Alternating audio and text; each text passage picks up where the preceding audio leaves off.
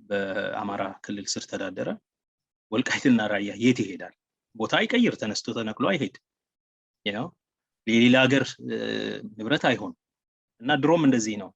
ፊንፊኔን ከኛ ይላሉ ኦሮሞዎች እና ፊንፊኔን ስሟንም ቀይረን የአማራ ማድረግ አለብን። ያ ካልሆነ ለምን ሲባሉ ሲገነጠሉ ይዘዋት ይሄዳሉ የሚል እና እንደዚህ አይነት ምንም በቃ መያዣ መጨበጫ የሌለው ሰቀቀን አላቸው። አንግዛይቲ ያልኩት ማለት ነው። ግን ጤነኛ አእምሮ ማሰብ የሚችለው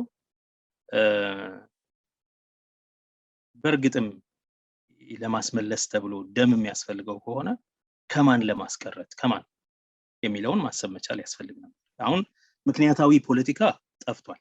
ምክንያታዊ ሆኖ ማሰብ በዚህ ጉዳይ ጠፍቷል። እኔ መነጋገር ሁሉ የሚያስቸግር እስከሚሆን ድረስ አሳምናለሁ ብዬ ልናገር ወይ እስከምል ድረስ መናገር ትርጉም አለው ወይ አሁን? ምክንያቱም መደማመጥም እየቻልን አይደለም።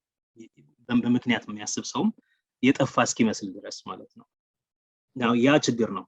እንደሚታወቀው ይሄ ቡድን የማስመለስ ቡድን ነው ብለናል። የለውጥ ቡድን አይደለም፣ የአስመላሾች ቡድን ነው። ገና የዛሬ 2 ዓመት የዛሬ 3 ዓመት ሲጀመር ነው።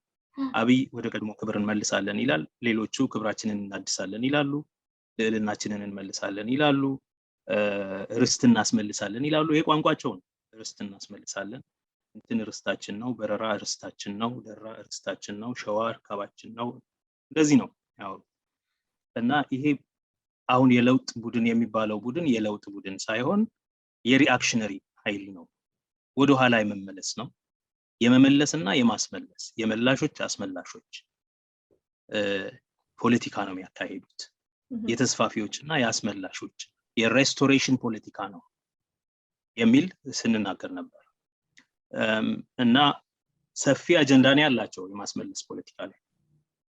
ፊንፊኔን የአማራ ነው ለማለት ይሞክራሉ። ከዛ አልፈው በረራ ነው በረስሙ ምናምን ይላሉ። ከዚህ ትንሽ መለስ ሲሉ ደግሞ የኢትዮጵያ ዋና ከተማ ስለሆነ የሁሉም ብሔር ብሔረሰቦች ነች እንጂ የኦሮሞ አይደለችም። የኦሮሞም ማለት ነው አይደለ ስትያቸው ይሄ አይገባም። ኦኬ የኢትዮጵያ ሁሉ ነች። አዎ የኦሮሞም ስትይ ኖ ቤሲካሊ የሁሉም ብሔር ብሔረሰቦች ነች ሲሉ የኦሮሞ ግን አይደለችም ለማለት ነው። የሌሎቹ የሚሉት ቤሲካሊ የኦሮሞ አይደለችም ለማለት ነው። እና የኦሮሚያ ክልል ከዛ መውጣት አለበት። ክልሉ ራሱን ማስተዳደር አለበት። ክልል ሆኖ እንደገና መዋቀር አለበት። እነዚህ ደግሞ የኢዜማ የሚያወሩት ማለት ነው። በሙሉ ክልሎች ውስጥ ያሉ ከተሞች ራሳቸውን በራሳቸው ማስተዳደር አለባቸው። ከክልሎች ነፃ መሆን አለባቸው ማለት ያው አሰላም፣ ጎባም፣ ነቀምትም ምናምን እነሱ የሚበዙበት ቦታ ሁሉ ራሱን ችሎ ከክልል አስተዳደር ነፃ መሆን አለበት የሚል አንዳንድ ቦታዎች ላይ ሙሉ አካባቢዎችን ክሌም የማድረግ ሸዋና ወለጋ የአማራ ነበሩ ከ100 ዓመት በፊት ከ500 ዓመት በፊት። ስለዚህ የአማራ ክልል ናቸው። መተከል የኛ ነው፣ ቤኒሻንጉል ጉሙዝ ማለት ነው። የተለያዩ የኦሮሚያ ክልል ግዛቶች ደራ የኛ ናቸው። በዚህ በአንኮበር ተሻግሮ ወደ የከረዩ አካባቢ ያሉ ቦታዎች እነሱ የአማራ ክልል ናቸው ማለት መተሃራ፣ ወንጂ እስከ አዳማ ድረስ ያለውን አካባቢ በሙሉ የኛ ነው ይላሉ። ለዚህ ነው አንዳንድ ጉልበተኛ ቡድኖችን እያደራጁ ወንጀለኛ ቡድኖችን ከተማ ውስጥ እያንቀሳቀሱ ሰዎችን ያስገድላሉ፣ ያሸማቅቃሉ፣ በቤተክርስቲያን መሳሪያ ያከማቹና ገፍቶ ሲመጣባቸው ቄሮ ከቤተክርስቲያን ይተኩሳሉ፣ ይገላሉ። እንደዚህ ያለ ነገር አላቸው። ብዙ ክሌም ነው ያላቸው። ድሬዳዋ የኛ ነው ወዘተ ነው። ይሄ ተስፋፊ ኃይል ወልቃይትና ራያ ላይ ብቻ አይደለም ጥያቄ ያለው። ይሄ ተስፋፊ ኃይል በራሱ ክልል ውስጥ ወሎ ኦሮሞን ለከሚሴን ምድረገኝ ብሎ ስም ቀይሮ ስም ሰይሞ ስም ማስመለስ ነው አንዱ ያስመላሾች ፖለቲካ ብሎ ከዛ አካባቢ ዘር ለማጽዳት ማለት ነው። በቃ ኦሮሞ ከዛ ተነቅሎ እንዲሄድ ለማድረግ ያላሰለሰ ጦርነት ልክ ለውጡ ከመጣ ቀን ጀምሮ ነው የጀመረው እና አሁን በቅርብ የሆነውን ታውቃላችሁ። በወሎ ሙሉ በሙሉ ከባድ ጦርነት ተደርጎ ከተሞች ተቃጥለው ሰዎቹ እንዲሰደዱ እንዲፈናቀሉ ለማድረግ ሲሞከር ሰዎቹ እዛው አመድ የሆነው ቦታ ላይ ነው ሄደው የሚተኙት።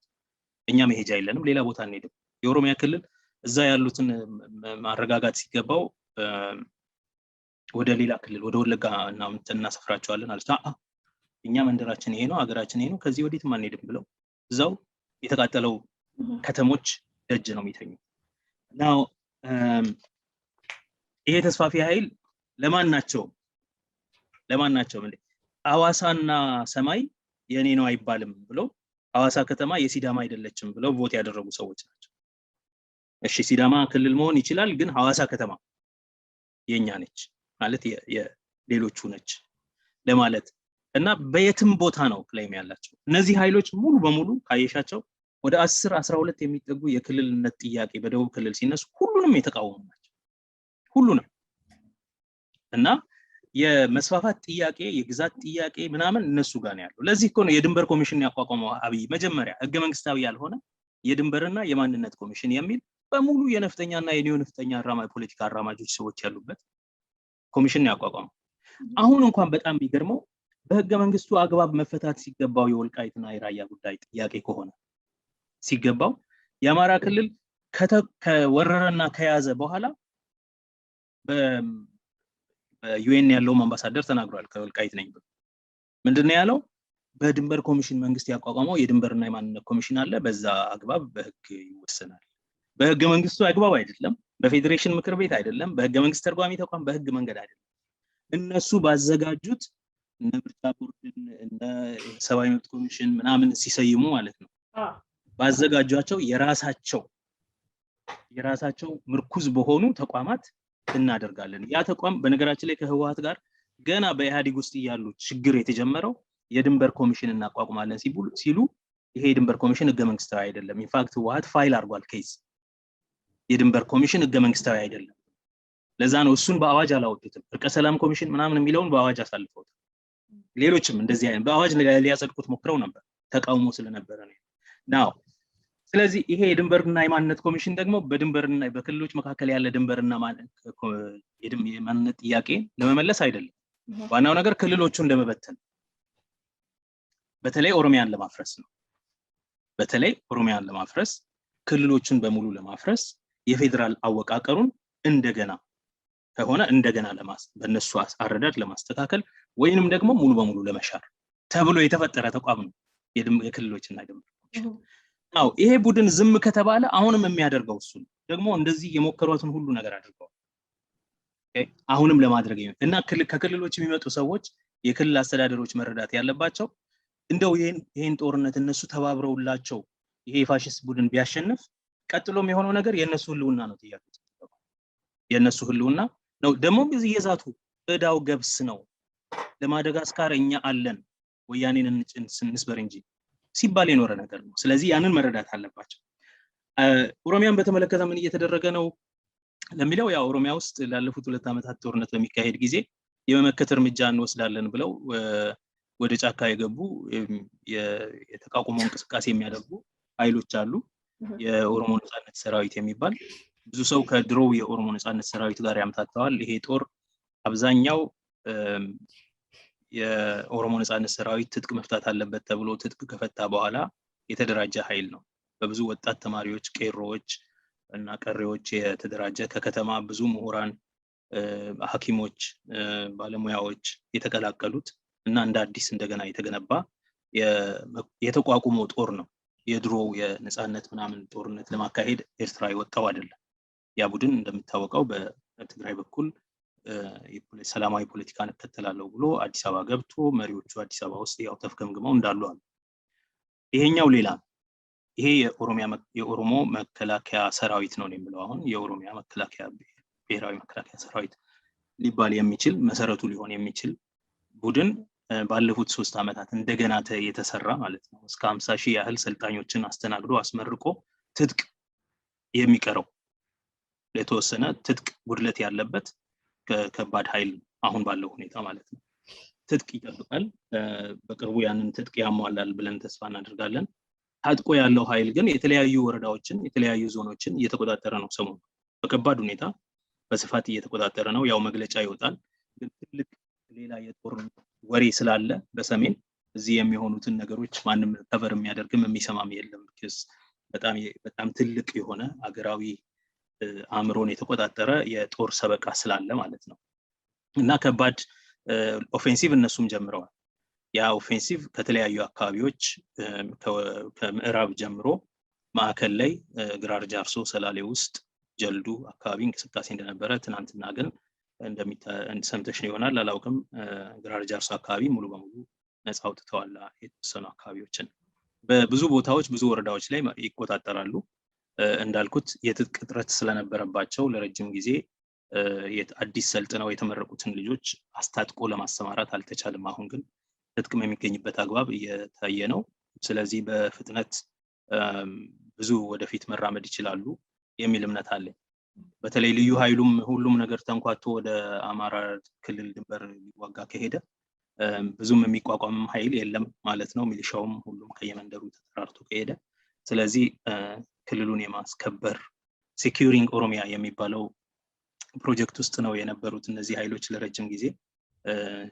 ማለት የኦሮሚያ ክልል በድንበር በኩል ወረራ አለበት፣ በከተሞች ውስጥ ግድያና መሳቀቅ አለበት፣ በፌደራል መንግስት በኩል ሙሉ ጦርነት ታጣቂዎችን ለማስፈታት በሚል የተወሰደ ያለ የጦርነት እርምጃ አለ። እነዚህን ሁሉ ስታያቸው ላለፉት 2-3 ዓመታት እኛ ላይ ጦርነት አለ፣ የጦርነትና የመጥፋት ጥቃት ስጋት አለብን፣ ኤግዚስተንሻል ትሬት ሆኖብናል የሚል አለ። በዛ ከተማ ደግሞ በፖለቲካ በኩል የሚባለው አለ፣ የማንነት ፖለቲካ ይቀራል፣ የኦሮሚያ ክልል ይፈርሳል ምናምን የሚል።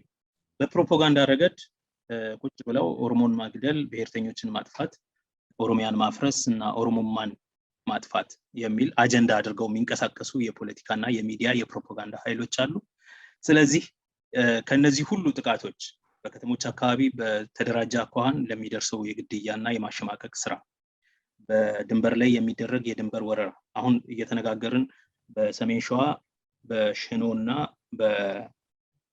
በአሌልቱ አካባቢ ያለውን አካባቢ ወደ አማራ ክልል መልሰው በአማራ ክልል መንግስት ቁጥጥር ስር አድርገውታል። ደራን ያው ጦርነት እየተካሄደበት ነው ላለፉት 2 ዓመታት። ብዙ ክሌሞች አሉ።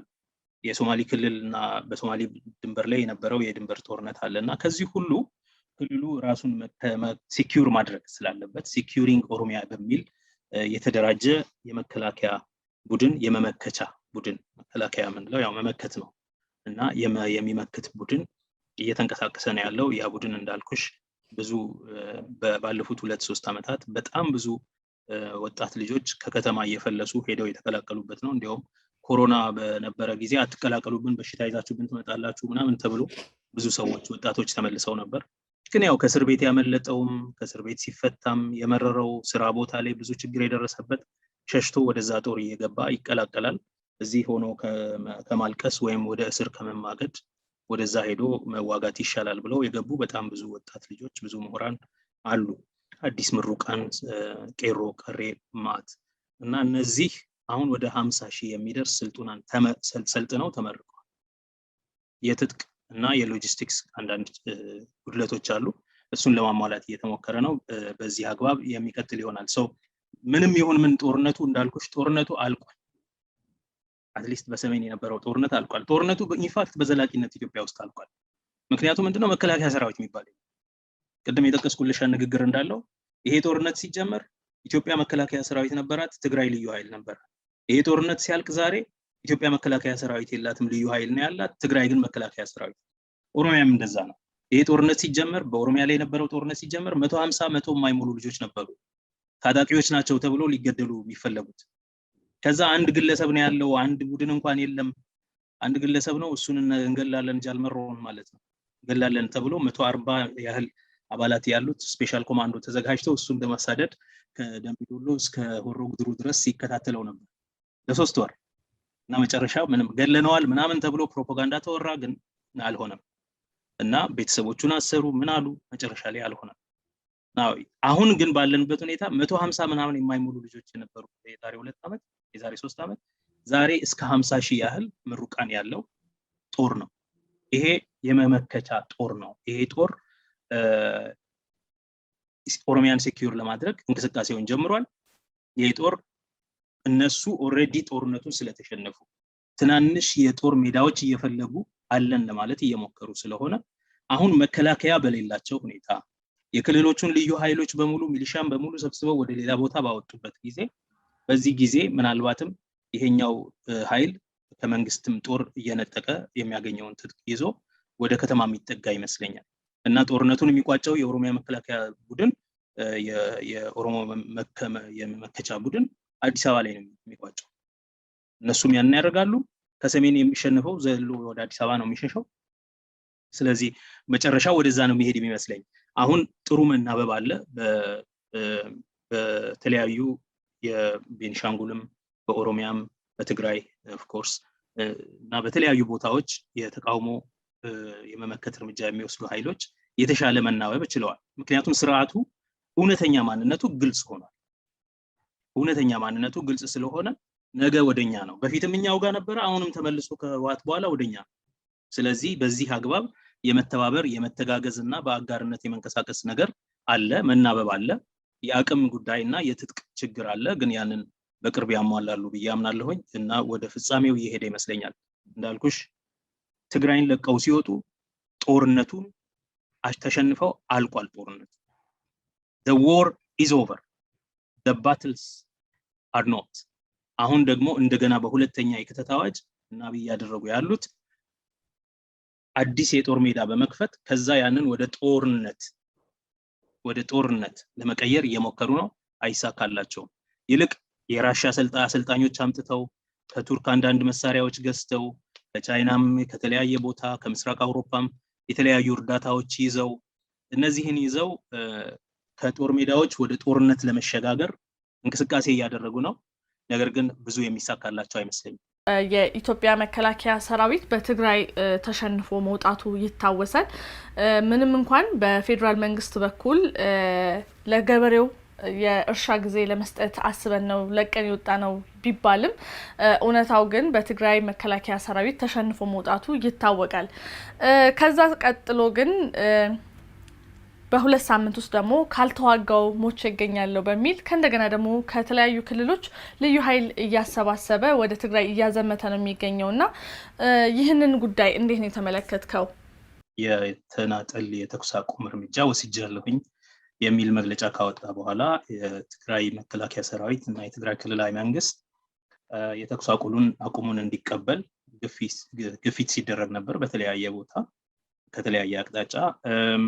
በወቅቱ እኛ ያው የተኩስ አቁም እርምጃ ሳይሆን የሽሽት የሽንፈት እና የማፈግፈግ ጉዳይ ነው እንጂ የተኩስ አቁም አይደለም። ፈልገውና ፈቅደው ሳይሆን ተኩስ ያቆሙት ጨርሰውና ደክሟቸው የሚተኩሱትም ስለሌለ ከዛ ራሳቸውን ከውርደት ለመሸፈን እኛ ሪትሪት አድርገን አፈግፍገን ነው የወጣ ነው ለማለት ነው እንጂ መተኮስ እየፈለጉ እየቻሉ አይደለም እያልን ነበረ። እንዳልነውም አብይ የተኩስ አቁም አድርጌያለሁኝ እያለ የአማራ ክልል ባለስልጣናት ወዲያውኑ ከወልቃይትና ከአለማጣ አካባቢ ከራያ አንወጣም፣ በጉልበት የተነጠቀብንን በጉልበት መልሰናል፣ ማንኛውም ይሄን ሊያንጥቀን የሚመጣ ካለ እንዋጋለን የሚል ዛቻ ሲያስተላልፉ ነበረ። ይሄንን በሚያጠናክር መልኩ አብይም ለጋዜጠኞች በተገኙበት በሰጠው መግለጫ ወልቃይት ድሮም ቢሆን የበጌ ምድር ነው፣ ይሄንን ደግሞ ለማስመለስ እናንተ ትችላላችሁ፣ እንደ ትንሽ ህዝብ በዚህ ጉዳይ ላይ ማለቃቀስ አያስፈልግም የሚል ቨርቹዋሊ የጦር ማነሳሳት ንግግር አደረገ። ከዛ ቀጥሎ በአማራ ክልል መንግስት በኩል በተለያየ አቅጣጫ የግፋ በለው እርምጃዎች ሲወሰዱ ነበር። ህዝብን የክተት አዋጅ ሲጠራ ነበረ። በአንጻሩ የትግራይ ክልላዊ መንግስትና የትግራይ መከላከያ ሰራዊት ደግሞ የተኩስ አቁም ቋሚ የሆነ በሁለት በኩል የተኩስ አቁም ለማድረግ ስምምነት ለመድረስ እንዲቻል ከተፈለገ እነዚህ አይነት ቅድመ ሁኔታዎች ያስፈልጋሉ ብሎ ያስቀመጣቸው ነበሩ። 7 ቅድመ ሁኔታዎች ያስቀመጠ። ከነዛ መካከል በዋናነት ከማንኛውም ወራሪ ሰራዊት የኤርትራም የአማራ ክልል የልዩ ኃይልና ሚሊሻ ቡድን እንደዚሁም የፌደራሉ በትግራይ ክልል ውስጥ ያለ የወራሪ ሰራዊት መውጣት አለበት። ያ ካልሆነ መደራደር መነጋገርና የተኩስ አቁም የሚባል ነገር ማድረግ አንችልም። ወደ ስቴተስ ኮ አንቴ ማለት ቀደም ሲል ወደ ነበርንበት ጦርነቱ ከመጀመሩ በይፋ ከመጀመሩ ከኖቬምበር 2020 በፊት ወደ ነበርንበት ቦታ ካልተመለስን በቀር የተኩስ አቁም ለማድረግ ምንም መንገዱ የለም። ብዙ ሌሎች ቅድመ ሁኔታዎችም አድርገዋል። ነገር ግን አይ ቲንክ ይሄ ትክክል ነበረ። ምክንያቱም በጦርነት ተወረው የተያዙ ቦታዎች እስካልተለቀቁ ድረስ የተኩስ አቁም ማድረግ አይቻልም ነው። ጦርነቱ አላቋረጠም ማለት ነው።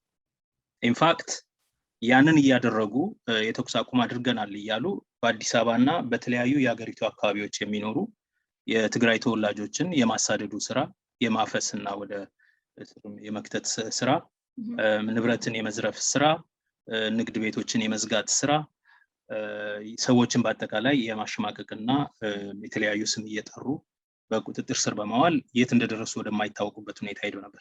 ያንን ስናይ በወቅቱ የተወሰደው እርምጃ የተኩስ አቁም እርምጃ ሳይሆን የጦርነቱን አውድ የመቀየር እርምጃ ነው እንጂ በትክክልም ጦርነት ከሚካሄድበት የትግራይ ክልል አካባቢ የተኩስ አቁም ካደረጉ ጦርነት በማይካሄድበት በአዲስ አበባና በሌሎች የክልል ከተሞች ውስጥ ለምንድን ነው ሰዎቹን የማሸማቀቅ የትግራይ ተወላጆችን የሚያሸማቀቁት የሚል ጥያቄ እየጠየቅን ነበር።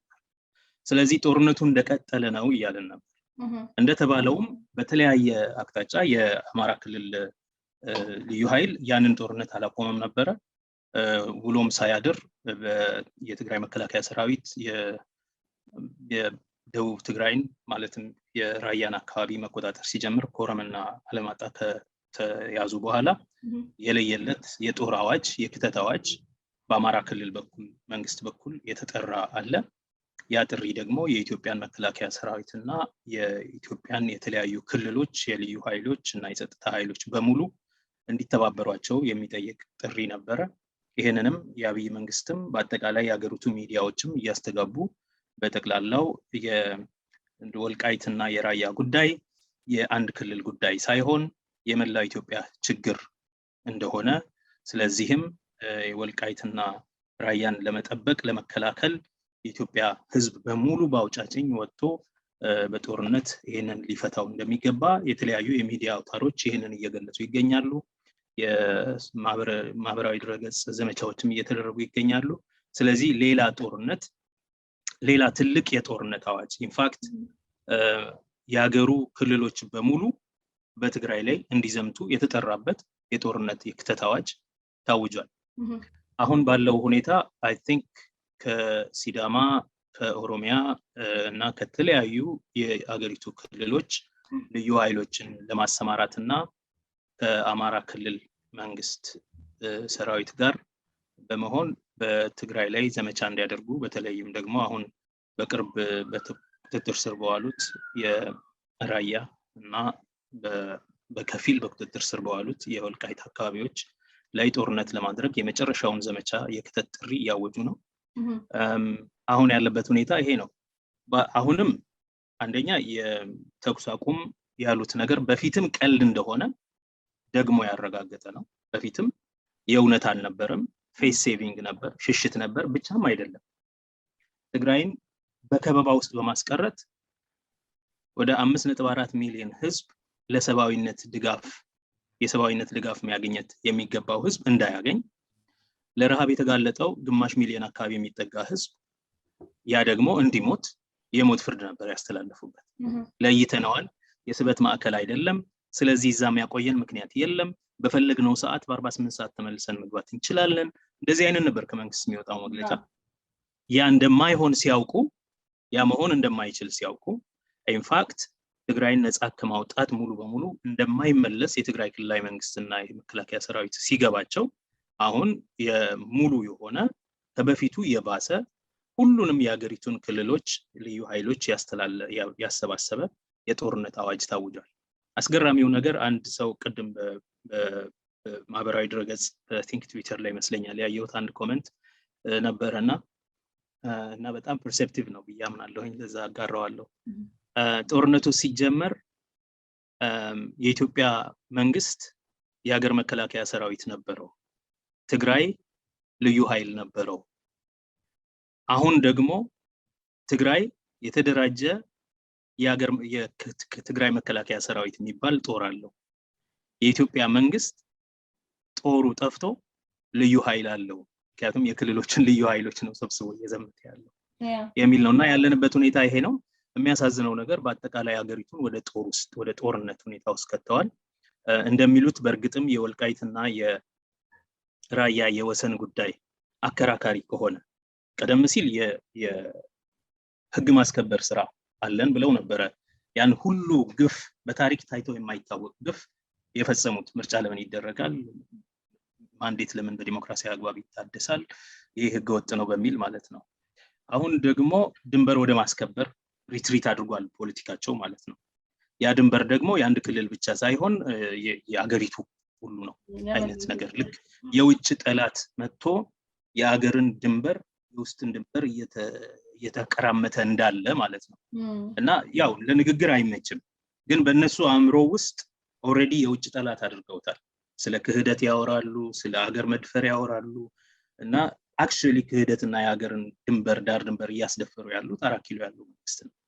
ናው ይሄንን ነገር እያደረጉ አንድ የምንረዳው ነገር በእርግጥም ከህግ ማስከበር ወደ ድንበር ማስከበር ሪትሪት ያደረጉ ከሆነ የክልልም ድንበር ቢሆን ማለት ነው እና የክልልም ድንበር ደግሞ አላግባብ ህገ መንግስታዊ ከሆነ አግባብ ውጪ ተነጥቆባቸው ሆኖና መመለስ አለበት ተብሎ የትግራይ ክልል አስቸግሮ ለማስመለስም ከፈለጉ ድንበር የማስከበሪያ ህግና ስርዓት ህገ መንግስታዊ አግባብ አለ። ጦርነት መፍትሄ አይሆንም። አሳዛኙ ነገር ጦርነትን ቀደም ሲል የሁለት ቡድኖች በኢህአዴግ ውስጥ ያሉ የሁለት ቡድኖች የስልጣን ሽኩቻ የነበረው ወደ አብይ የስልጣን መቀራመት ፓወር ግራብ የተራመደው ግጭት የትግራይን ጦርነት ወልዶ አሁን ደግሞ አገሪቱን በሙሉ በጦርነት የሚማግድ የተለያዩ ብሔር ብሔረሰቦች መካከል ደም የሚያቃባ ጦርነት አድርገውታል። ለዘመናት ሲሰብኩት የነበረው ማህበረሰባዊ ጦረኝነት ባለፉት 2-3 ዓመታት እኮ ጦርነት ነበረ እኮ። በኦሮሚያ ለምሳሌ ረጅም ጊዜ የቆየ የወታደራዊ ኦፕሬሽኖች ዘመቻዎች ነበሩ። በደቡብ ክልል እንደዚሁ ወታደራዊ ጥቃቶች ነበሩ በተለያዩ አካባቢ በሲዳማ፣ በኮንሶ፣ በወላይታ፣ በቤኒሻንጉል ጉሙዝ ድንበር ላይ ያልተፈጠረ ችግር አልነበረም። እንደዚሁ በደቡብ ክልል ጉራ ፈርዳ የተለያዩ ቦታዎች ጦርነቶች ነበሩ። ግን ወታደራዊ ዘመቻዎች ናቸው እነሱ ማግባብ አይደሉም። በአንድ ሀገር ውስጥ የፌደራል መከላከያ ሰራዊት አሰማርቶ ጦርነት መጀመር ልክ አይደለም። የህግ ማስከበር የጸጥታ ችግር ምናምን ካለ ፖሊስ አለ እና ያንንም ደግሞ የፌደራል ፖሊስ እንዲገባም ከተፈለገ በልዩ ግብዣ በፌደራል ጣልቃ ገብነት በሚል ከዛም የባሰ ነገር ካለ በአስቸኳይ ጊዜ አዋጅ የሚገባበት አግባብ አለ። አሁን ግን ላለፉት 2 ዓመታት የማይታየው ጦርነት ግን ማህበረሰባዊ ጦረኝነት ነበር። ወታደራዊ ዘመቻው ይታያል። እሱን በተለያየ አጋጣሚ ጀስቲፋይ ያደርጉታል። ሽብርተኞች አሉ፣ ታጣቂዎች አሉ፣ ሽፍታዎች አሉ ምናምን ይላሉ። ኦኬ አንድ ትግራይ ክልል እንደዚህ አይነት ነገር ለማውራት አይቻልም ነበር ምክንያቱም ህግና ስርዓት ያለው ብቸኛው ክልል እሱ ነበር። ጸጥታ ያለው እሱ ጋር ነበር። ይሄን ማለት ስላልቻሉ ምንም ባልሆነ ሁኔታ ህግ ለማስከበር ብለው ጦርነት ጀመሩ። አሁን ለ2 ዓመት በላይ ለ3 ዓመት ሲነዛ የቆየው በሚዲያ በተለያየ መንገድ ሲገለጽ የነበረው ማህበረሰባዊ ጦረኝነት አሁን ሙሉ ህጋዊ ሽፋን አገኘ ማለት ነው። መንግስታዊ ድጋፍ አገኘ እና በአገሪቱ ውስጥ ሲያሰራጩት የነበረው ማህበረሰባዊ ጦረኝነት የድንበር ጉዳይን ለመፍታት ተብሎ አገራዊ ጦርነት እንዲሆን የተገባበት ሁኔታ ነው ያለው። ያሳዝናል። ትርፍ የለውም። ለተባለው ችግር ፖለቲካዊ ችግር መፍትሄ አይሆንም። የሚያሳዝነው ግን ህዝቡን ደም ያቃባል።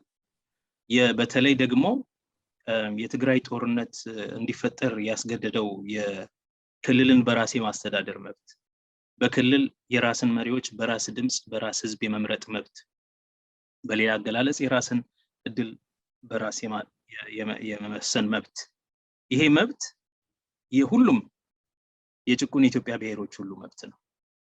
ትግራይ ላይ የተዘመተው በዚህ አስተዳደር የአብይ አስተዳደር በአጠቃላይ ኢትዮጵያን ከብሔረሰቦቿ ለመታደግ ነው የመጣው በተለይ ከኦሮሚያ።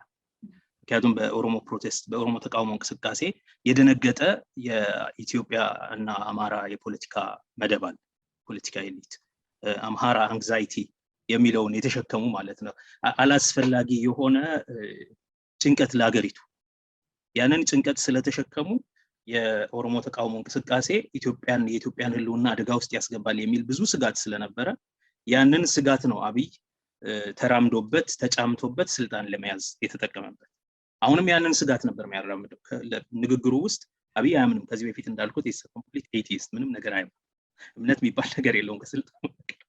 ግን ይሄንን የሚጠቀመው የእነሱን ስጋትና ኢትዮጵያ አትፈርስም፣ ወደ ቀድሞ ክብር እንመለሳለን ምናምን የእነሱን ስጋት ተጫምቶ እነሱን በዙሪያው አሰባስቦ ስልጣኑን በደንብ የስልጣን መቀራመቱን ስራ ሙሉ ለማድረግ ከዛ ደግሞ የያዘውን ስልጣን ይዞ ለመቆየት እንዲቻል ነው የተጠቀመባቸው የነበረው።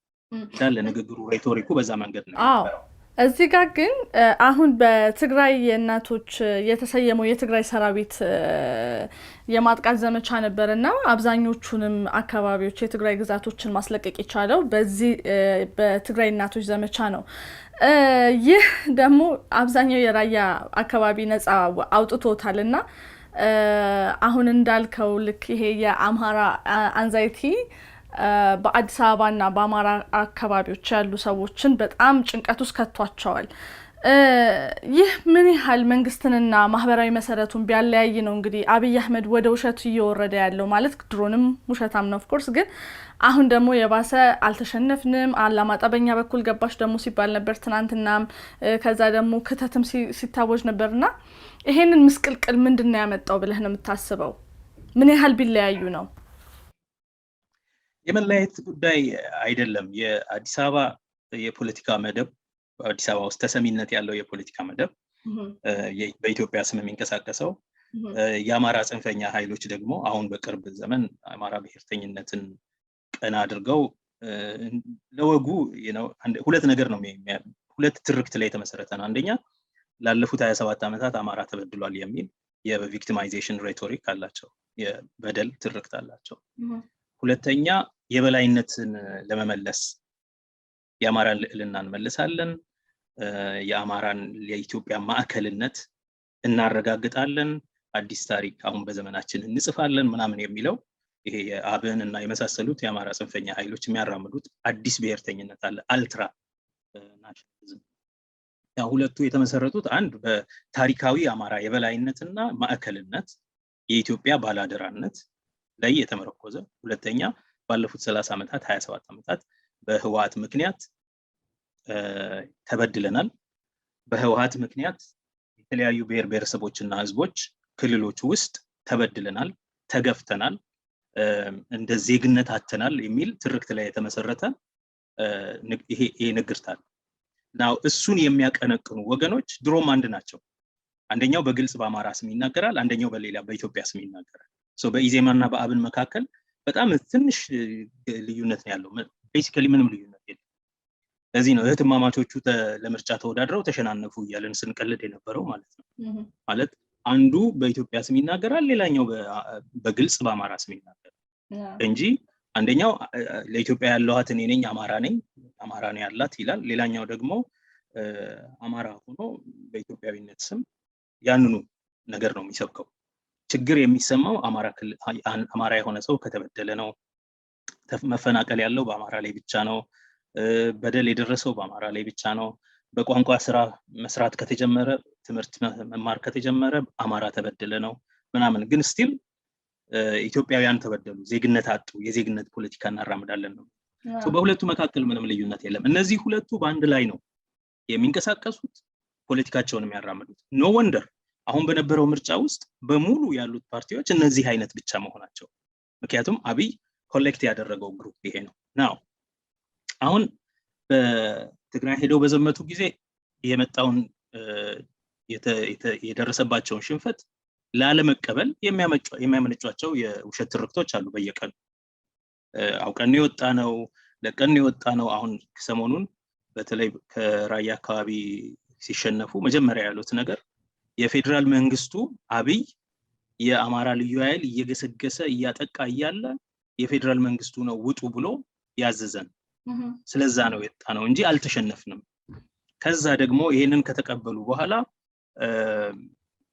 እንደገና ይዘነዋል የሚል ወሬ ራስን ለማበረታታት የሚደረግ የፕሮፓጋንዳ ስራ ይዘዋል። ናው ባጭሩ ምንድነው እንዴት ነው ይሄን የተመስከልከል የምንረዳው ተባለ? አንደኛ ይሄ ለኢትዮጵያ ባላደራ ነኝ ብሎ ሰቀቀን ውስጥ የገባው አንግዛይቲ ያለው ማለት ነው ያለው የፖለቲካ መደብ ኢትዮጵያ ውስጥ የልሂቅ መደብ በፍጹም አዲስ መፍትሄ የለውም። ኢትዮጵያ ውስጥ ለሚፈጠሩ ግጭቶች መፍትሄ የለውም። መፍትሄ ብሎ የያዘው ነገር ኢትዮጵያን የሚያፈርሱ ኃይሎች የብሔር ብሔረሰብ ቡድኖች ገነዋል። ይሄን ያደረገው ህወሓት ነው፣ በእነሱ አጠራር ወያኔ ነው። ወያኔ እነሱን የልብ ልብ እስኪሰጣቸው የዘር ፌዴራሊዝም እስኪጥል እስኪያስቀምጥ በዘር ላይ የተመሰረተ ፖለቲካ በህገ መንግስት እስኪጽፍ ድረስ እነዚህ ሁሉ በኢትዮጵያዊነት ኮርተው በሰላም አብረው ይኖሩ ነበር። ስለዚህ ወያኔን መምታት እነዚህን ሰዎች ደግሞ እነዚህን በበላይነት ማስተዳደር እዛ ውስጥ ኦነግ ምናምን አይነት አንዳንድ ጽንፈኛ ኃይሎች አሉ። እነዚህ ኦነጋውያንን እንመታለን። ስለዚህ ላለፉት 2 ዓመታት ሲያደርጉ የነበረው በህግም በፖለቲካም በመሳሪያም በዘመቻም ማለት ነው በወታደራዊ ዘመቻም በሶስቱም መንገድ በህግ መሪዎቹን በማሰር የፖለቲካ ፍርድ ሂደት ውስጥ በማስገባት በፖለቲካ ከፖለቲካው ምህዳር በማስወጣት በወታደራዊ ዘመቻ ደግሞ ታጣቂ ኃይል አለ ምናምን እያሉ በክልሎቹ ላይ በመዝመት ማለት ነው። በሲዳማም ላይ እንደዛ አይነት ምት አስፈላጊ የነበረው በወላይታ ላይ የነበረው በዚህ ምክንያት ነው። እሱን እያደረጉ ቆዩና ለነዚህ ሁሉ ኢትዮጵያን ለማፍረስ ከተነሳሱ የብሔር ድርጅቶች ኦኬ እንድንታደግ ኢትዮጵያን ካስፈለገ ምን ማድረግ አለብን አሉ። ትልቁ እንቅፋት ህወሓት ነው። ስለዚህ እሱ ላይ መዝመት አለብን። በምን ሰበብ? ህግና ስርዓት እንዳይሉ ህግና ስርዓት ያለበት ክልል እሱ ብቻ ነው። ሰላምና ጸጥታ ሁሉ ነገር ምንም ብዙ በደል ያለበትም መንገድ ተዘግቶ ንብረት መሄድ ሸቀጥ መሄድ ቆሞ ብዙ ነገር እየተደረገ ሰበብ የለም ህግና ስርዓት ለማለት። ስለዚህ ምርጫ ሲከናወን ህግ አልተቀበሉ ማለት የፌደራሉን ምርጫ የከለከለውን ያስተላለፍንበትን ውሳኔ ሳይቀበሉ በራሳቸው መንገድ ሄዱ። ነው እሱም ራሱ ትክክል አይደለም፣ ግን ሌላ ሲያጡ የሰሜን ህዝብ ወጉ የሚል ትርጉም ነው። ይሄን ሁሉ መዘረዝረው ለምንድን ነው? ይሄ ሁሉ ውጥንቅጥ የመጣበት ምክንያት ይሄ የአዲስ አበባና የአማራ ጽንፈኛ ኃይሎች አንድ ላይ በትብብር የሚያስኬዱት የኢትዮጵያ ፖለቲካ የኢትዮጵያ ባላደራነት ፖለቲካ የኢትዮጵያ ጠባቂነን የሚለው ሰቀቀን ማለት ነው። ይሄ አነጋገር እና ኢትዮጵያን ከብሔሮቿ ለማዳን የሚንቀሳቀሰው የፖለቲካ መስመር ለኢትዮጵያ መፍትሄ የሚባል ነገር የለውም። ያለው መፍትሄ የኃይል መፍትሄ ብቻ ነው። ያ የኃይል መፍትሄ ደግሞ የኢትዮጵያን ደቡባዊ ክፍል ህዝቦች ባሸበር መምታት፣ በጉልበት መበተን። አሁን የድንበርና የማንነት ኮሚሽን አቋቁመን የደቡብ ክልልን እንደዚህ ኮሚቴ አዋቅረንበት 5 ምናምን ክልል አድርገነዋል። ሲዳማ ምናምን የሚባለው ሲጠይቅ ኑይሳንስ ነው ተባለ። ግን መጨረሻ ላይ ያው በግድ በደም በዛ ሁሉ ሰው ሞት ፈቀዱ። ከዛ ደግሞ የብልጽግና አባል እንዲሆን የሲዳማ ክልልን አደረጉት። እንደዚህ ያለ ነገር አላችሁና የሌላውን ህዝብ መተንና ዲስኦርጋናይዝ አድርገን ማለት ድርጅቶቹን አግደን ኤሊቱን ወይ ገለን ወይ ከፖለቲካ ምህዳር አስወጥተን አስረን ወዘተ። ለዛ ነው የወላይታን እንዳለ የዞኑን አስተዳደር እስር ቤት ነበር ያቆዩት እስከ ለረጅም ጊዜ። እንዲህ ያለ ነገር አድርገን የነሱ ቀላል ነው፣ የኦሮሚያ የነዚህ ቀላል ነው። አሁን እንቅፋት የሆነን ዋናው እዚህ የሸረሪት ድሩን የዘራው መቀሌ ነው ያለው። እሱን እንመታለን ለረጅም ጊዜ በግልጽ በአደባባይ መሪዎቹም የፖለቲካ አማካሪዎቻቸውም ወታደራዊ አማካሪዎቻቸውም ነካሳይ ጨመዳ ለረጅም ጊዜ ሲያወሩበት ነው። ደግሞ ትግራይን በወረሩ ማግስት ይሄው የከፍታ ማማ ላይ ደረስን ብለዋል የጠቅላይ ሚኒስትሩ አማካሪ ዲያቆን ዳንኤል። ይሄ ነው ከፍታችን ነው። ናው ምን ልልሽ ብዬ ነው ይሄን ሁሉ ማነሳው? ይሄ የፖለቲካ መደብ ለኢትዮጵያ መፍትሄ ብሎ የሚያስቀምጠው አዲስ ሐሳብ አንዳች የለም። የመጣው ተቃውሞ የሚጠላውና የሚቃወመው ነገር አለው እንጂ የሚወደውና ወደፊት ሊያራምደው የሚችለው ሐሳብ የለውም። የሚጠላውና የሚቃወመው ደግሞ ኢትዮጵያ ብሔር ብሔረሰቦችን መብት ያጎናጸፈውን ህገ መንግስትና ያንን ስርዓት ያዋለደውን ህወሓትን ኦኬ እነዚህን በጣም ይጠላል። እዚህ ውስጥ ደግሞ በደንብ በባህል የደረጀ የበሰለ ዘረኝነት አለው፣ ጥላቻና ንቀት ማለት ነው። ጥላቻና ንቀት አንዳንዱ ኢራሽናል ከመሆኑ የተነሳ ምንም ምክንያት የለሽ ከመሆኑ የተነሳ ወደ ፎቢያ የሄደ እነሱን ሲያያቸው ፓኒክ የሚያደርግ ቄሮ አዲስ አበባ መጣ ሲባል ልክ የሆነ ፓንደሚክ እንደመጣ የሚያሰቃቸው ማለት ነው። ረቄሮ መጣለ ምናምን ተብሎ ማለት ነው። ሰው አይደለም ይሄ ፎቢያ ነው። እነዚህን ሁሉ አንድ ላይ ያስተባበረ ግን በመሰረቱ የተቃውሞና የጥላቻ ፖለቲካ ብቻ ነው ያላቸው። የፖዚቲቭ የሀገር ግንባታ መንገድ የላቸው። ምክንያቱም ተከትለውት የነበረው የሀገር ግንባታ መንገድ እንደማያስኬድ 3 አብዮት አካሄዱ አሳይቷቸዋል። አንደኛው የ1966ቱ የህዝባዊ ተቃውሞ፣ ሁለተኛው የ91ዱ የብሔሮች ተቃውሞ፣ ሶስተኛ የአዲሱ ትውልድ የህገ መንግስቱ ተስፋ ቃሎች ይተግበሩ የሚለው የቄሮ ጥያቄ ማለት የሀገር ባለቤትነት፣ የማህበራዊ ፍትህ ጥያቄ፣ የስራ ማጣት ልማት አለ ግን ስራ ማጣትና የሀብት ክፍፍል ችግር አለ፣ የመልካም አስተዳደር ጥያቄ አለ። በቃ ህገ መንግስት ውስጥ ያሉ መብቶቻችን ይከበሩ። ካየሽ ኢቭን ዛሬ መንግስት የሆኑትና ጸረ ዲሞክራሲ የሆኑት ኃይሎች በዲሞክራሲ ስም የሚከራከሩት መብታችን ይከበር፣ ድምጻችን ይሰማ፣ አንቀጽ 30 ይከበር ምናምን የሚሉ እነ ዞን 9 እነዚህ በሙሉ ናቸው። እና የነበረው ጥያቄ ይሄ ነው። ይሄ ጥያቄ መንግስትን አስጨንቆት ለውጥ እንዲመጣ ሲያስገድድ 3 አብዮት ተካሄደ ማለት ነው በአንድ ትውልድ ውስጥ። 3 ትውልድ አብዮት ያካሄደው የነሱን የሀገር ግንባታ ስትራቴጂ አይሰራም፣ አሁንም አዲስ መንገድ አለ፣ ዴሞክራሲያዊ መሆን አለብን፣ ህብራዊነት መከበር አለበት፣ የባህል ፍትህ መኖር አለበት፣ ካልቸራል ጃስቲስ የምንለው ማለት ነው፣ ኤትኖ ካልቸራል ጃስቲስ መተግበር አለበት፣ ራስን ማስተዳደር መኖር አለበት፣ ድምጽና ውክልና ህዝብ ሊኖረው ይገባል፣ የሀብት ክፍፍል ፍትሃዊ መሆን አለበት፣ የማንነት ክብር የባህል ክብር በህገ መንግስቱ እንደተጻፈው መከበር አለበት። ያንን ሪቨርስ ለማድረግ ነው ይሄ። ያንን ሪቨርስ የሚያደርጉበት መንገድ ሐሳብ ስለሌለ ቤተ መንግስት ገብቶ አገርን የሚያስተካክል ሐሳብ ስለሌላቸው ኃይል ላይ ይደገፋል። ይሄ ምን ያደርጋል? ፖለቲካውን ብረታዊ ያደርገዋል። ሰው ተመልሰው ወደ ደርግ ዘመን ፖለቲካ ይገባሉ ማለት ነው። የብረት ፖለቲካ ዘረኝነቱ፣ ይሄ ፎቢያው፣ ጥላቻው፣ የደረጀ ነገሩ ደግሞ ተደፋፍሮ ስለመጣ አሁን በአብይ ምክንያት ሲመጣ ወደ ፋሺዝም ይሄዳል። ፋሺዝም ምንድነው? አንድ ፖለቲካና ብረትን ያጋባል፣ አንድ ያደርጋል። የፖለቲካ ሐሳብን ለማራመድ መታጠቅ አለበት። ሁለተኛ የፖለቲካ ተቃዋሚዎች ጠላት ናቸው፣ ስለዚህ መጥፋት አለባቸው። ማጥፋት ነው፣ ማሸነፍ ስርዓት ማስያዝ ምናምን አይደለም፣ ማጥፋት ነው ያለበት። ለዚህ ነው የፖለቲካ ግድያ በዝቷል። በዚህ ዘመን ነው ያየነው እንግዲህ የኤታማዦር ሹም፣ የክልል መሪዎች፣ አርቲስት ምን የማይገደል አይነት ሰው የለም።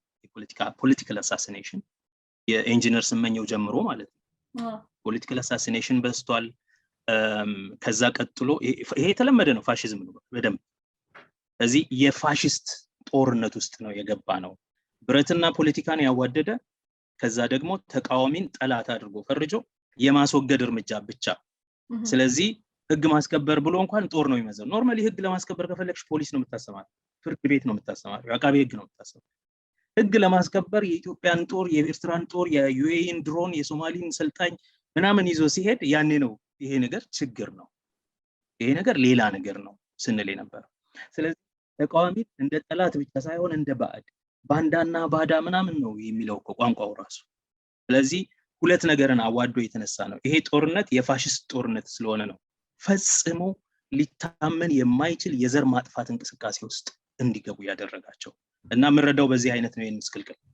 እና አሁንም መፍትሄ የለም። መፍትሄው አሁንም ለፖለቲካዊ ጥያቄ ፖለቲካዊ መፍትሄ ነው። ለፖለቲካዊ መፍትሄ ደግሞ አንድ ይሄንን የፋሺስት ቡድን ማስወገድ ግድ ነው። ምክንያቱም የፋሺስት ቡድን በፖለቲካን ድርድር፣ በንግግር፣ በውይይት፣ በአፒዝመንት፣ በሰጥቶ መቀበል ምናምን አያምንም። ኢንፋክት አብሮ በመኖር አያምንም። በመጠፋፋት ብቻ ነው ያ አጥፍቼ አሸንፌ። ለዛ ነው መቀሌ ሲገቡ አጥፍተነዋል፣ ህወሓትን አጥፍተነዋል፣ ነቀምት ሲሄዱ ሸኔን አጥፍተነዋል፣ መሮን ገድለነዋል፣ የትግራይ መሪዎች ገድለናል፣ ጨርሰናል። እንደዚህ ነው የሚያወሩት። የመጠፋፋት ብቻ ነው ወሬያቸው። ካልጠፋ ድረስ እነሱ አያቆሙም። እና ይሄ ነው ያለን ችግር ብዬ አስባለሁ። እንግዲህ ዶክተር በርካታ ሀገራት፣ ክልሎች፣ ሰራዊቶች በመሳሪያም ደግሞ የተለያዩ መሳሪያዎችን ተጠቅመው ነው እንግዲህ ትግራይን የወረዱት። በከበባ ውስጥ አስገብተውም ለ8 ወራት ይህ ነው የማይባል በርካታ ግፎች ተፈጽሞበታል። በኋላ ላይ ግን ህዝባዊ ትግል በመሆኑ ወደ ድል እየተቃረበ ነው የሚገኘውና አሁን ደግሞ ሽንፈታቸውን ላለማመን ለገበሬው የሰጠነው ጊዜ ብለው ነበረ። በእርግጥ እሱ ብቻም ሳይሆን የተለያዩ የብልጽግና አባላት ተነስተው በየራሳቸው የሚሰጡት መግለጫዎች አሉ። ሁሉም ይለያያሉ። መለያየትን ብቻም አይደለም። የጠቅላይ ሚኒስትሩን እንኳን ከወሰድን ሰውየው የሚያወራው ትናንት የሚያወራው ስለ ትግራይና ዛሬ የሚያወራው በጣም የተለያየ ነው። በጣም ብዙ ምክንያቶች አቅርበዋል ከመቀሌ ወይም ከትግራይ ለቀው ለመውጣታቸው።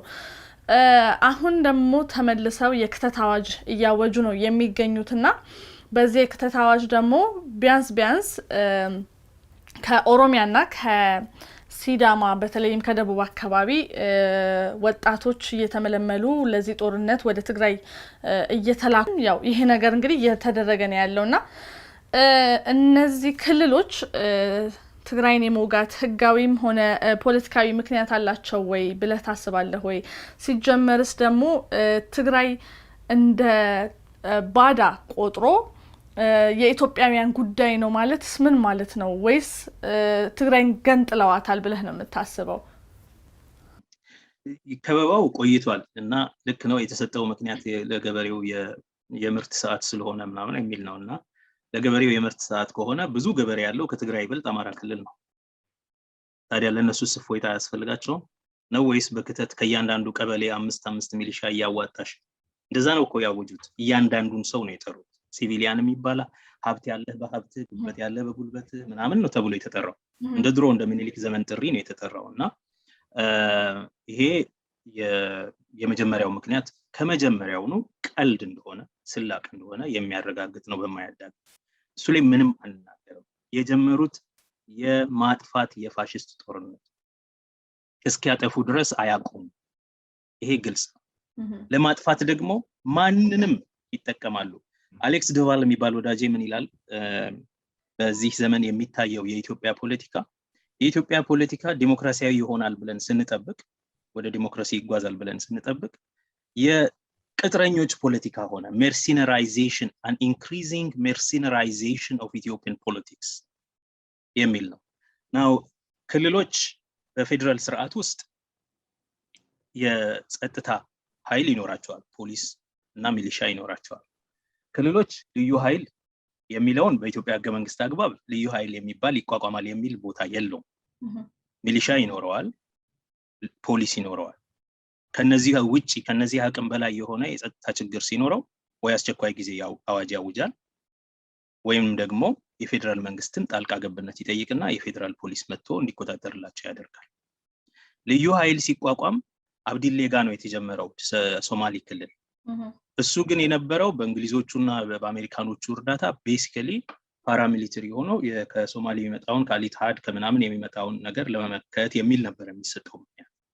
ከዛ በኋላ ያ ልዩ ኃይል በኦሮሚያ ክልል ላይ ሲዘምት ኦሮሚያ የራሴ ልዩ ኃይል ያስፈልገኛል ወደሚለው ሐሳብ መጣ ማለት ነው። ይሄ ለውጡ ዘመን ልክ አሳምነው ጽጌ ከእስር ቤት ሲወጣ ደግሞ ለአማራ ልዩ ኃይል ማድረግ አለብኝ አለ። አሁን በቅርብ ዘመን ክልሎች ልዩ ኃይል የሚባል ሊኖራቸው አይገባም የሚሉ ቡድኖች፣ ምክንያቱም ኦሮሚያ ውስጥ ልዩ ኃይል ተመረቀ መጀመሪያ እዛ ነው። ኦሮሚያ ከሶማሌ ክልል ያለውን የድንበር ግጭት ለመመከት ምናምን ብለው ልዩ ኃይል ሲያዋቅሩ ያኔም ይሄ ነገር ህገ መንግስታዊ መሰረት የለውም፣ ፖሊስ ኃይሉን ማደራጀት ተገቢ ነው፣ ከዛ ውጪ ህገ መንግስታዊ መሰረት ካልሰጣችሁት በጣም ገዳይ ምንድነው እንደ ጃንጃዊድ ሚሊሻ ይሆናል። ደግሞም የሆነው እሱ ነው። በኦሮሚያና በሶማሌ ክልል መካከል በነበረው የድንበር ግጭት ላይ በቃ ምንነቱ የማይታወቅ ኃይል ፓራሚሊተሪ ነው የሆነው። ፖሊስም አይደለም፣ በጣም ፓራሚሊተሪ ነው። ዩኒፎርም ይለብሳል። በጣም ከባድ ጥፋት አድርሷል። ወደ 2 ሚሊዮን የሚጠጋ ህዝብ እንዳፈናቀለም እናስታውሰው ነገር። እሱ አይሆንም ስንል እነሱ ያን የሆኑ ናብይ ማለት ነው። ናብይ እንደለማ ልዩ ኃይል ማሰልጠን ጀመሩ። የመጀመሪያውን በኩራት ዩኒፎርም አልብሰው ሲያስመርቁ ሪፐብሊካን ጋርድን ብለዋል ምናምን። ሌላ ግን ይሄንን ልዩ ኃይል ሲያስመርቁ የአማራ ክልል ደግሞ ኃይሎች ተደናግጠው አሁን እኛም የልዩ ኃይል እናዋቅራለን አሉ።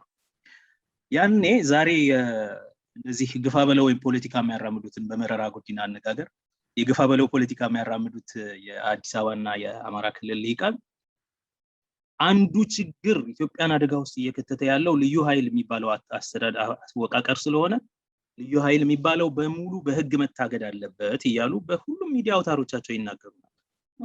ነገር ግን አሳምነው ጽጌ የአማራ ክልልን ልዩ ኃይል ፈጥሮ በወሎ ላይ ዘመቻ አድርጎ በቅማንት ላይ ወረራ አድርጎ ብዙ ጥፋት አድርሶ በአገው ላይ እንደዚሁ ዘምቶ በተለያየ አካባቢ ድንበር እየዘለለ በቤኒሻንጉል ጉሙዝ በወለጋ እርምጃ መውሰድ ሲጀምር በኦሮሚያ መቶን አጣዬ ምናምን ሁሉ ውስጥ እየገባ ጉዳት ሲያደርስ ያኔ ዝም ነው ያሉት። ምንም ነገር አልተናገሩ። እንዲሁም ሲያስታጥቁ ነበር። በተለያየ አካባቢ ቤተሰቦች ማለት ሃውስሆልዶችን ሁሉ ነበር የሚያስታጥቁት። እያንዳንዱ ሃውስሆልድ መታጠቅ አለበት ተብሎ ለምንድን ነው ግን ትጥቅ ማይፈቱት እዛ ጋር ሲባል ልማዳኛ ባህላችን ነው፣ ባህላችን ስለሆነ ትጥቅ ማስፈታት አይቻልም ሁሉ ሲባል ነበር። ኦኬ ናው ይሄ ክልሎች እንደዚህ አይነት ፎርስ ሊኖራቸው አይገባም፣ በኋላ ለመግታት ያስቸግራል። የሶማሌ ክልል ልምድ ይሄንን ነው የሚያሳየው ስንል ማንም ሰሚ ያላገኘን። ኦኬ ሁሉም ጋር ደግሞ ኖርማል ሆነና ተዋቀረ። ሁሉም አይ ቲንክ ናቢ በሚያሰራጩት አዲሱ የለውጥ ኃይሉን ለመጠበቅ ከህወሓት ለመጠበቅ ከሴረኞች ለመጠበቅ በሚል ይመስለኛል ሁሉም ክልል ጋር የልዩ ኃይል ይዋቀር ተብሎ ኢቨን ሲዳማ ክልል ሲሆን ወዲያውኑ ነው ልዩ ኃይል ላዋቀር አያስፈልግም ይዋቀራል አይዋቀርም እዚህ ላይ ዳያሎግ ነበራቸው። ለዚህም ነው እነዚህ ነገሮች እንዲፈቀድላቸው ነው የሲዳማ አመራር ሙሉ በሙሉ ለብልጽግና ደጋፊ ሆኖ የገባው ማለት ነው። እዛ አንዳንድ ነገሮችን እውነተኛ ክልልነት ሊኖረን ከሆነ እሺ ማለት አለብን እያሉ ማለት ነው። አሁን ሁሉም አቋቋሙ። ኦኬ እስካሁን ድረስ አብይ በነገራችን ላይ ልዩ ኃይል የሚባለውን አፈርሳለሁ ብሎ ነበር። አፈርሳለሁ አያስፈልግም፣ በጣም ልዩ ኃይል የሚባለው ከአገር ሰራዊት ጋር ይቀላቀላል ምናምን ሲል ነበር። ለምን እስካሁን የነበረው የሀገር መከላከያ ሰራዊት የህወሓት ነው የሚል አቋም ነበር። እሱን አፈርሳለሁ ብሎ ስለነበረ እሱን ሲያፈርስ የሚተካው እዚህ ክልል ውስጥ ባሉት ልዩ ኃይሎችና ሪፐብሊካን ጋርድ በሚባለው ኃይል ነው ብሎ ነበር የሚያስበው። አሁን እሱን አደርጋለሁኝ እያለ የትግራዩን ጦርነት ጀመረ። የሚያሸንፉ መስሏቸው ነበር። ቶሎ ብለው በድሮንም በሻቢያም በምንም ተባብለው የትግራይን ያፈርሳሉ። ከዛ በኋላ ሌላው ቀላል ነው። በጊዜ ሂደት ግን ሁሉንም ወደ አንድ ጦር እናደርግና አንድ ሀገራዊ ሰራዊት ነው የሚኖረው እንጂ የልዩ ኃይል ምናምን የሚባል አይኖርም እያሉ ነበር። አሁን መከላከያ ሰራዊቱን ሙሉ በሙሉ አፈረሱት። ያው የተማረከው ህዝብ ግልጽ ነው። በትግራይ ሙሉ በሙሉ ከፈረሰ በኋላ በምን ይመክቱ ያሰቡትን ጦርነት? አሁን ለሞራል ነው እንጂ ለነገሩ አልተሸነፍንም ለማለት ነው እንጂ ጦርነት ማድረግ የሚችሉበት መንገድ ኖሯቸው አይደለም፣ ለሞራል ነው። ግን መነሻ ምክንያት ደግሞ እቺ ወልቃይትና ራያ ተብሎ አማራ ክልል ስለሆነ ብዙ ድጋፍ ያለው የማህበረሰባዊ ጦረኝነቱም የተስፋፋው የዛን አካባቢ ቂምና የበቀል ስሜት በመጠቀም ግፋ በለው ነው አሁን ለማድረግ የሚሞክሩት እንጂ ያውቃሉ ጦርነቱን ማስኬድ የሚያስችል የኢኮኖሚም የመከላከያ ሰራዊትም ምንም ቁመና የፖለቲካም ቁመና እንደሌላቸው ያውቃሉ። ግን ያንን ለማድረግ አሁንም አለን ለማለት ማድረግ የሚችሉት በየክልሉ ያለውን ልዩ ኃይል የማሰባሰብ ስራ። አሁን የክልሎች ልዩ ኃይሎችን በማሰማራት ትግራይ ላይ ለማስወጣት ማለት ነው። እንዴት ብለው ዲፋይን ማድረግ አለባቸው? ኦኬ ነገሩ የድንበር ጉዳይ ነው፣ ግን የድንበር ብቻ አይደለም። የድንበሩን ከትግራይ ጋር ነው የሚዋጉት። ትግራይ ደግሞ ጠላት ነው። ስለዚህ ሌሎቹን ማዝመት አለበት በህግ አግባብ ከሆነ በህገ መንግስት አይደለም። ይሄ ህገወጥ የሆነ ህጋዊ መሰረት የሌለው አደረጃጀት ልዩ ኃይል የሚባል ቀርቶ ህጋዊ አደረጃጀት ያለው የክልል ፖሊስና ሚሊሻ እንኳን ወደ ሌላ ክልል ድንበር አይገባም። ኢን ፕሪንሲፕል የሚገባበት ጊዜ በጣም ውስን ነው። ምክንያቱም ክልሎቹ የውስጥ ሉዓላዊነት አላቸው። የአንድ ክልል ፖሊስ ወደ ሌላ ክልል ፖሊስ ሲሄድ ዩኒፎርሙን አውልቆ ነው። የአንድ ክልል ፖሊስ ወንጀለኛ እንኳን እሱ ጋር ወንጀል የፈጸመን ወንጀለኛ እየተከታተለ የሚገባው የሌላው ክልል ፖሊስን ነግሮ የሌላው ክልል ፖሊስ ነው ያንን ወንጀል እንዲከታተልለት የሚያደርገው። ለምሳሌ ሶማሌ ክልል ማለት ኦሮሚያና ሶማሌ ክልል ድንበር ላይ ሞያሌ ከተማ ከመንገድ ወዲህ ሶማሌ ነው፣ ከመንገድ ወዲያ ኦሮሚያ ነው። እና ገበያ ላይ ቆሙና ሰዎች ወንጀል ይፈጽሙና ሮጠው እዛ ይሻገራሉ። የኦሮሚያ ፖሊስ ተከታትሎት ሄዶ እዛ ሲገባ ሄዶ መያዝ አይችልም። ማድረግ የሚችለው ወደ ክልሉ ፖሊስ ደውሎ ይሄ እንደዚህ አይነት ወንጀለኛ በዚህ በኩል እንደዚህ አምልጧል ምናምን ተብሎ ነው። አለበለዚያ የደረጀ ስርዓት መኖር አለበት። የትራንስ ባውንደሪ ኮኦፐሬሽን ምንድነው? ፖሊስ ኮኦፐሬሽን ወይም ደግሞ ከድንበር ዘለል የፖሊሳዊ ትብብር ወይም ደግሞ የህግ ማስከበር ትብብር ይባላል። እሱን በኢንተርጋቨርንመንታል ሪሌሽንስ ሂደት በፌደራል ስርዓት ውስጥ ይሄ መደረግ አለበት።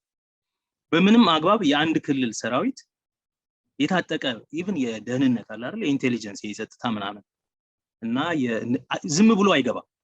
በታወቀ ትብብር የፌደራል ፖሊስ ብዙ ጊዜ ይዳኛቸው ነበር። አሁን በተለይ አማራና ኦሮሚያና ደቡብ ክልል የተለያዩ ወንጀሎች አንዳንድ የተለያየ ህግም ስላላቸው አሁን ለምሳሌ የደን ማስጠበቅ ህግ ላይ የኦሮሚያ ክልል ህግ ይጠበቅ ይላል እና አንዳንድ ሰዎች ከደቡብ ክልል ሶኮሮ አካባቢ አንዳንድ ቦታ ይገቡና ደን ጨፍጭፈው ጭነው ይሄዳሉ በተለይ በአይሱዙ እና እንደዚህ አይነት ነገር ሲኖር ይከታተሉና ወደዛ ይሻገርባቸዋል ነው በሻሸመኔና በኦሮሚያ መካከል ቅርብ ነው ሲሻገር ማድረግ አይችልም ስለዚህ የዛኛው ክልል ፖሊስ እንዲተባበር ያደርጋሉ ሌላ ብዙ ችግር ነበር እሱ ላይ ለመተባበር ብዙ ጥረት ያደርጋሉ ሌላ በኦሮሚያና በአማራ ክልል መካከል እንደዚሁ በተለይ ምዕራብ ጎጃም ምዕራብ ወለጋ እነዚህ አካባቢ ላይ ክሮስ ያደርጋል አንድ ሰው እዛ ወንጀል ፈጽሞ ወደዚህ ይሸሻል እዚህ ወንጀል ፈጽሞ ወደዛ ይሸሻል ያኔ ፖሊሶቹ ሁሌ ሊላተሙ ይደርሳሉ እኛ ክልል አትገባም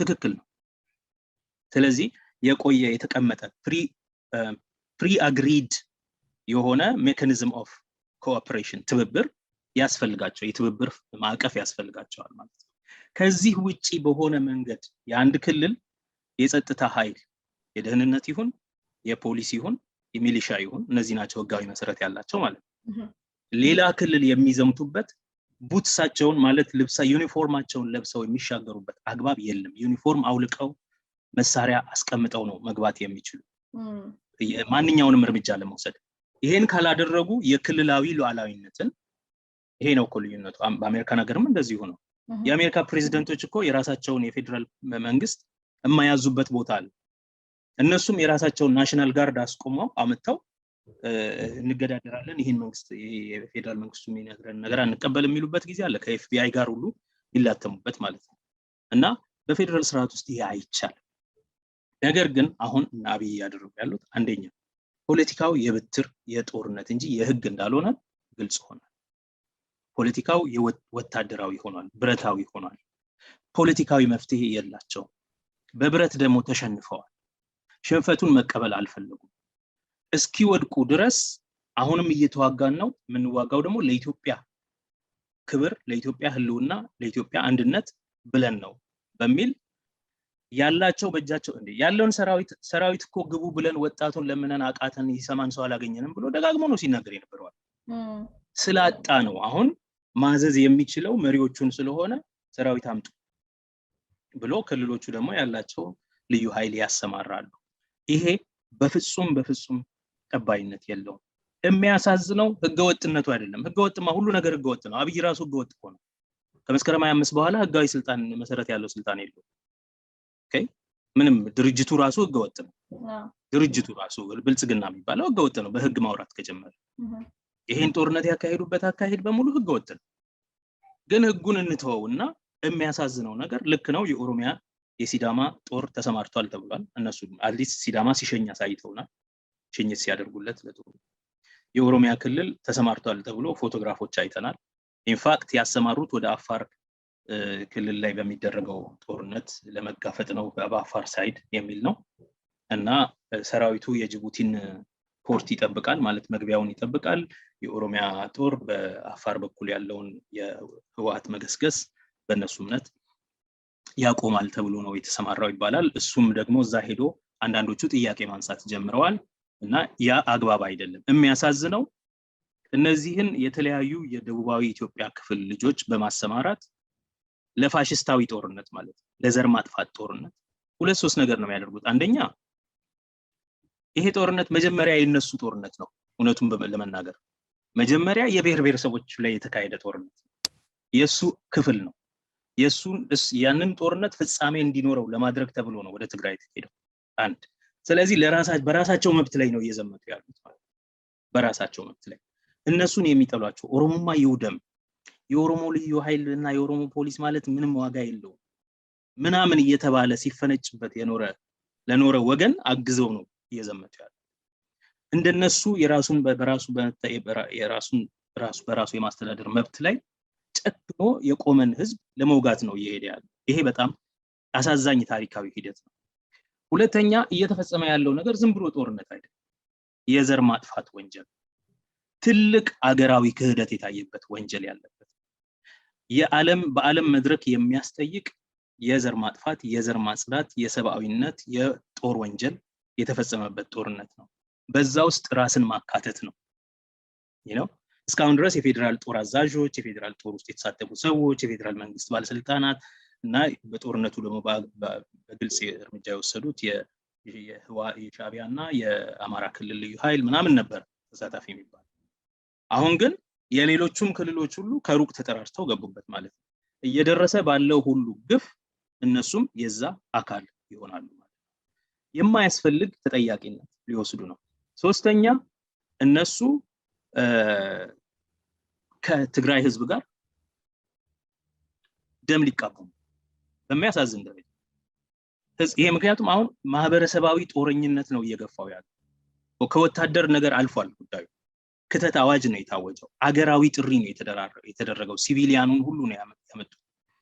ስለዚህ ይሄ በህዝቦች መካከል የማይሽር ጠባሳ ነው የሚመስለው። አሁን እነዚህ ኃይሎች ከደቡብና ከኦሮሚያ ከተለያዩ አካባቢ የሚመጡ ልጆች የማያስፈልግ ጠብ ደም እየተቃቡ ነው ከህዝብ ጋር። ጦርነቱ አሁን በህዝብ ላይ የሚደረግ ይሄ አሳዛኝ ነው። ይሄ እንዳይሆን ለመምከር ሞክረናል። ይሄ እንዳይሆን አንደኛ እንደው በህግ የምታምኑ ከሆነ መጨረሻ የክልሎች በክልሎች መካከል ያለ ግጭት ላይ ጣልቃ ሊገቡ አይገባም። ቢችሉ ጥሩ ነገር ማድረግ ያለባቸው በህገ መንግስቱም እንደሚጠየቅ የፌዴሬሽን ምክር ቤት ለምሳሌ እንደምንም ብሎ በሰላማዊ መንገድ መፍትሄ እንዲያገኝ ማድረግ፣ የብሔር ብሔረሰቦችና የሌሎች ክልሎች ደግሞ ሰዎች በተቻለ መጠን መሀል ገብተው ሁለቱ ክልሎች ራሱ እንዳይዋጉ ማለት ነው።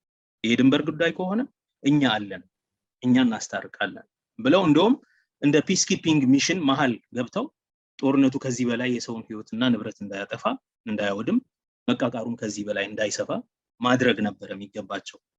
ያንን ማድረግ የሚችሉ ህሊናም ያላቸው ጠንካራ አመራር ኃይሎች በክልሎች ውስጥ የሉም። ይሄ ነው አንዱ ችግሩ።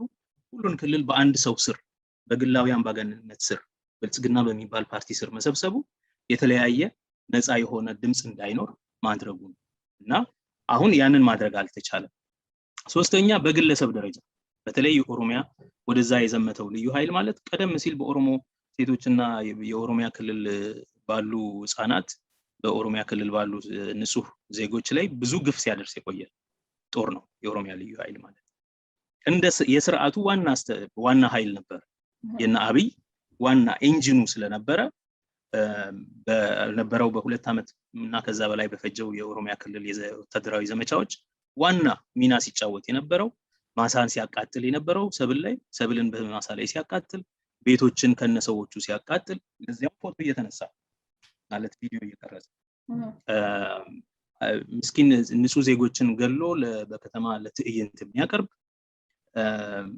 ቤተሰብ ልጆቻቸው ታጣቂዎች ናቸው ከተባሉ ቤተሰቦችን የሚያስር፣ የሚገድል፣ የሚያሸማቀቅ፣ ሴት ህፃናትን የሚደፍር፣ ወንድ ህፃናትን የሚደፍር እና ይሄንን ደግሞ በአደባባይ የሚገልጽ እንደዚህ ያለ ልዩ ኃይል ነው።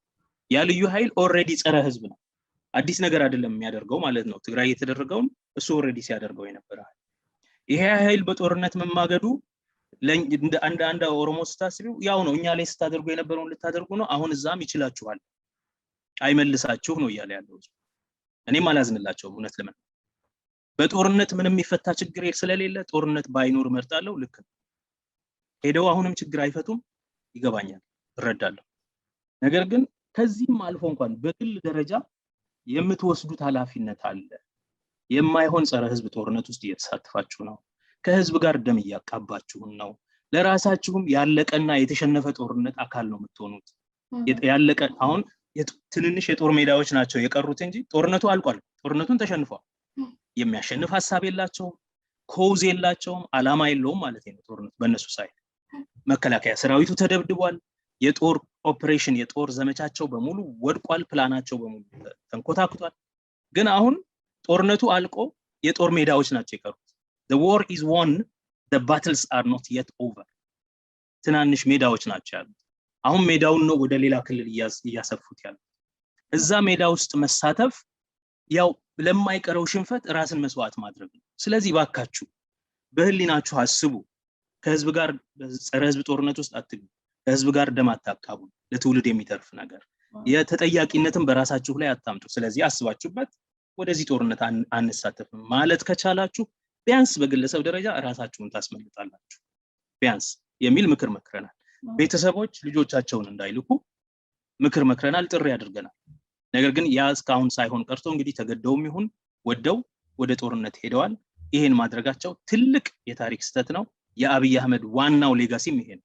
ሰላምና ፍቅርና ይቅርታ እየሰበከ ወደ ቤተ መንግስት መጥቶ የሀገርን ገናናነትና ብልጽግና እየሰበከ ወደ ቤተ መንግስት መጥቶ ጦርነት፣ መጠፋፋት፣ የህዝብን ማጽዳት፣ የህዝብን ማጥፋት ስራ ሰርቶ ኦኬ ብልጽግናን እየሰበከ ታላቅ በአገሪቱ ታሪክ ታይቶ የማይታወቅ ውድመትን አስከትሎ የሄደ መሪ ተብሎ የሚታሰብበት ሌጋሲ ነው ያስተረፈን።